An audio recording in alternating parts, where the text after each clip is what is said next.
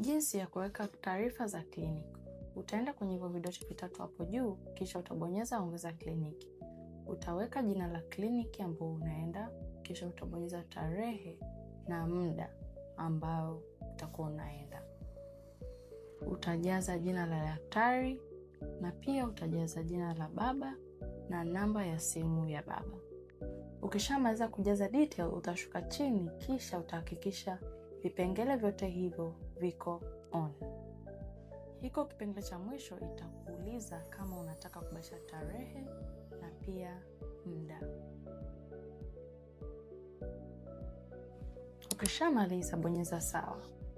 Kisha hapo utakuwa umeshaweza kuweka taarifa zako za kliniki na utapata meseji kwenye simu yako.